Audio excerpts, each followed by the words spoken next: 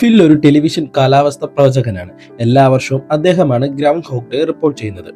അതുകൊണ്ട് തന്നെ അദ്ദേഹത്തിന് ആ പരിപാടിയോട് ഒട്ടും താല്പര്യമില്ല. സ്വാർത്ഥനും എല്ലാവരോടും പുച്ഛഭാവമാണ് അദ്ദേഹത്തിന്. ഈ വർഷവും അദ്ദേഹം തന്നെയാണ് ഗ്രൗണ്ട് ഹോക്ക് ഡേ റിപ്പോർട്ട് ചെയ്യേണ്ടത്. റീത്തയും ക്യാമറമാനായ ലാരിയുമാണ് ഫില്ലിന്റെ കൂടെ ഈ വർഷം പോകുന്നത്.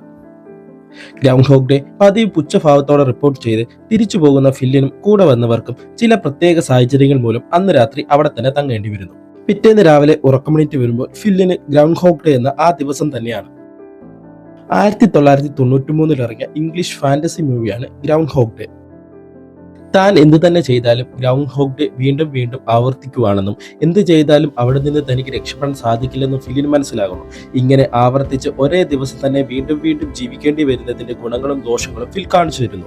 ടൈം ലൂപ്പ് എന്നത് ഇത്ര സിമ്പിളായി അവതരിപ്പിച്ച് ഒട്ടേറെ ചിരിപ്പിക്കുകയും ചിന്തിപ്പിക്കുകയും ചെയ്ത് ഒട്ടും ലാഗ് ഇല്ലാതെ വളരെ എൻഗേജിംഗ് ആയി കണ്ടു തീർക്കാം. ഇതൊരു ടൈം ലൂപ്പ് മൂവി മാത്രമല്ല, കോമഡിയുടെ പശ്ചാത്തലത്തിൽ വളരെ മനോഹരമായ റൊമാൻസ് കൂടി നമുക്ക് ഇതിൽ കാണാൻ സാധിക്കും.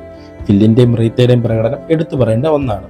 കണ്ടു കുറച്ചു കഴിയുമ്പോൾ റീത്തയ്ക്ക് ഇത്രയ്ക്ക് സൗന്ദര്യമുണ്ടായിരുന്നു എന്ന് നമുക്ക് തോന്നാം. ഫില്ലിനെ പോലെ നമ്മുടെ ജീവിതത്തിലും ഇത്രയും അവസരങ്ങൾ ഉണ്ടായെന്ന് വരില്ല.